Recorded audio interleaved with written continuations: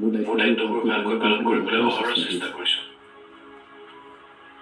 তাৰপিছতো কিয় জানো বাৰে বাৰে আমনি লাগে। মানুহৰ কথা শুনিব লাগে। প্ৰত্যুত্তৰ দিলে নিজৰ অস্তিত্ব মিলাপ কৰি ভাগৰি গৈছোঁ। দুখৰ বোজা কঢ়িয়াই সকলো ঠিকে আছে বুলি নিজক বুজাই মুখত হাঁহিলৈ মই আৰু কিমান সহ্য কৰিম। আপোনাৰো চাগে মোৰ দুখ শুনি আমনিয়ে লাগিছে।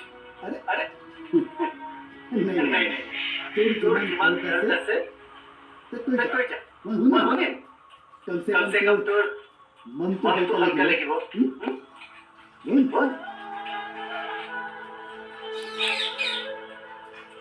আপোনাৰ এতিয়া উজ্জ্বল যন্ত্ৰণা শব্দৰে প্ৰকাশ কৰিবলৈ কঠিন।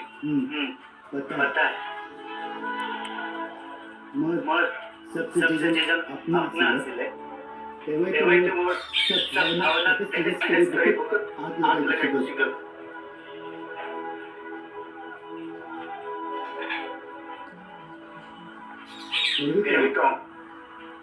আমি জীৱনটো একবাৰে পাওঁ।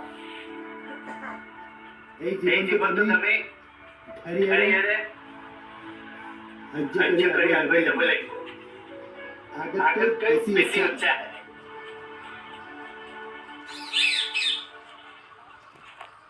ৰত্নই যে ভুল কৰিছে মোৰ বহুত দুখ লাগিছে।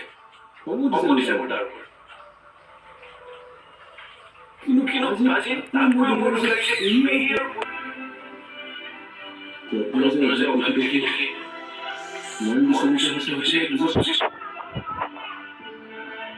কিন্তু মানে মইতো তাক এই পলিটিকেল গাড়ী চলোৱাৰ সিদ্ধান্ত লৈছিলোঁ। তাৰপিছত মোকেই কিয় দুখ লাগে? সেইবোৰ বাদ দে। দুখ নকৰিবি। असल में तहतर पेहीर मौत ভাল নহয়। তই বেয়া নাপাবি মই কোৱাৰ কাৰণে।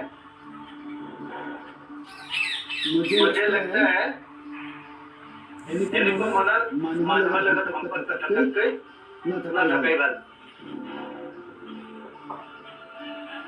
আৰু এটা কথা কোনে তোক বেয়া পাই বুজি নাপায় এইটো কথা ভাবি কৰি থকাতকৈ যে তোক ভাল পাই তোক সন্মান কৰে তেওঁলোকৰ কথা ভাবিয়েই তোৰ জীৱনটো আগে বঢ়া।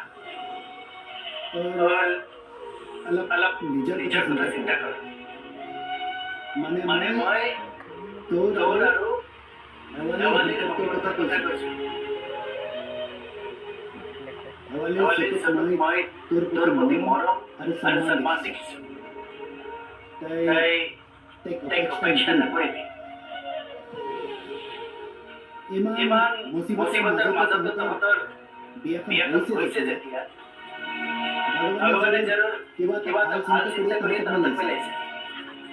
তো जो नहीं मिला तार पीछे भागी तकतকৈ जो मिला है तार पीछे भाग। हाँ ठीक है ना?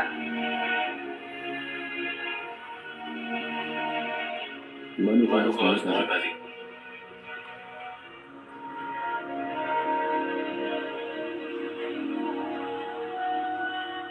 साहस नहीं जानो किंतु असंभव नয়। এইবোৰ কথা বাদ দিয়ক বাজি। এতিয়া আচল কথাটো হ'ল যে মই অকল গাড়ী চলাই ৰত্নহঁতৰ প্ৰয়োজন পূৰা কৰিব নোৱাৰিম।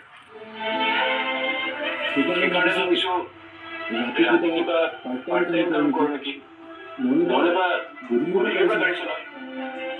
আৰে ভাই ইমান কষ্ট কৰিলে তো শৰীৰটো কি হ'ব? বেমাৰ হৈ যাব। উপায় কৰিব লাগিব। আপোনাৰ কোনোবা কোম্পানীত যদি চিনাকি আছে মোক সোমাই দিয়ক না। ঠিক है চিনাকি আছে মোৰ কথা পাতিম। আপোনাৰ জীৱনত নহ'লে কি যে হ'লে বাজি। ভগৱানে বেয়া পোৱা মানুহ যেনেকৈ দিয়ে সঁচা ভাল পোৱা মানুহ তেনেকৈ দিয়ে।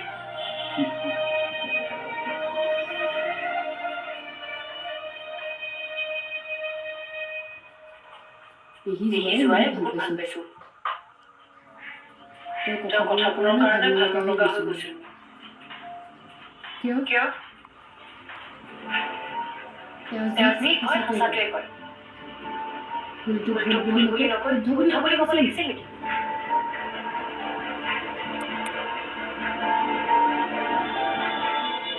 ভণ্টি, তোৰ কথাবোৰ একদম পেহীৰ দৰে হৈ গৈ আছে দেই। সাৱধান কৰিছোঁ। তেনেকুৱা নহ'বি কিন্তু। চা, কাৰোবাক কিবা কোৱাৰ আগতে কিছুমান কথা ভাবিবও লাগে। সন্মুখৰজনক আমি কোৱা কথাখিনিয়ে কি প্ৰভাৱ পেলাব সেয়া আমি ভাবি চাব লাগে। আৰু কাৰোবাক বেয়াকৈ কথা কোৱাৰ আগতে সঁচাকৈ তেওঁ তেনেকুৱা কথা শুনিবলগীয়া হয় নে নহয় সেইটোও চাব লাগে। তই আৰু পেহীয়ে মোক যেনেকুৱা কথা কৈ আছ বহুত বেয়া কথা হৈছে কিন্তু সেয়া। কিয়? কি বেয়া কথা হ'ল ইয়াত? সঁচাকৈ গুণ্ডাৰ কাৰণেই তোৰ ঘৰখনত অশান্তি আৰম্ভ হৈছে? সি যদি নিজৰ বিয়া বাৰুত মন নিদি অকণমানি ঘৰখনত মন দিলেহেঁতেন তেতিয়া আৰু এনেকৈ বিপথে নগ'লহেঁতেন। ভণ্টি, এই হাৰ নথকা জিভাখনেৰে কথাবোৰ কোৱাৰ আগত অলপ ভাবিবি। বাৰে বাৰে শুনক এনেকে দুখ দি তই আঘাত নিদিবি তাৰ অন্তৰত। ইমান আঘাত সহ্য কৰিব নোৱাৰিব সি। আঘাতবোৰ সহ্য কৰিব নোৱাৰি সি যদি একো নকৈ নীৰৱে আঁতৰি যায়। পাহৰিলি সেইদিনাখন যে সি ঘৰ এৰি যাব বিচাৰিছিল। সি যদি নাথাকে আমাৰ কি হ'ব ভাবিছনে? চা ভণ্টি, আমাৰ এই মৰমৰ সম্পৰ্কবোৰক মূল্য দিব জানিব লাগিব। নহ'লে সকলো ঠান বান হৈ যাব। যিটো ইচ্ছা কৰিলো পিছত জোৰা দিব নোৱাৰিবি। কোনে আমাৰ কথা ইমান ভাবে আমিওতো তাৰ কথা ভাবিব লাগিব ন?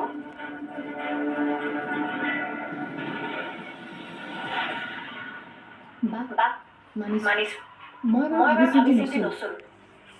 কিন্তু তই দেখোন ভাবি চিন্তি চল সকলো কথাতে। ভাবি চিন্তি কথা ক।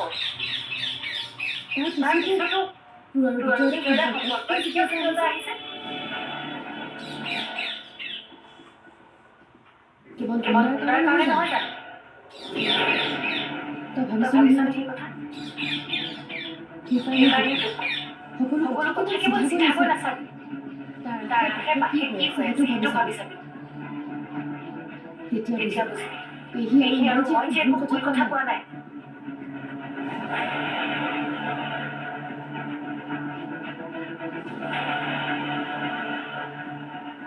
সঁচাকৈ বুজা মানুহকহে বুজাব পাৰি। নুবুজাক বুজাই লাভ নাই।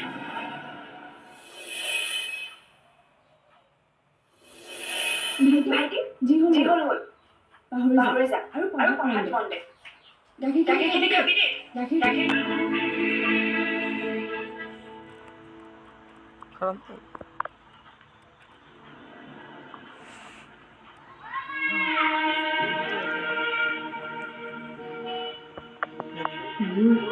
পঢ়িবৰ বাবে বেয়া হৈ গৈছে।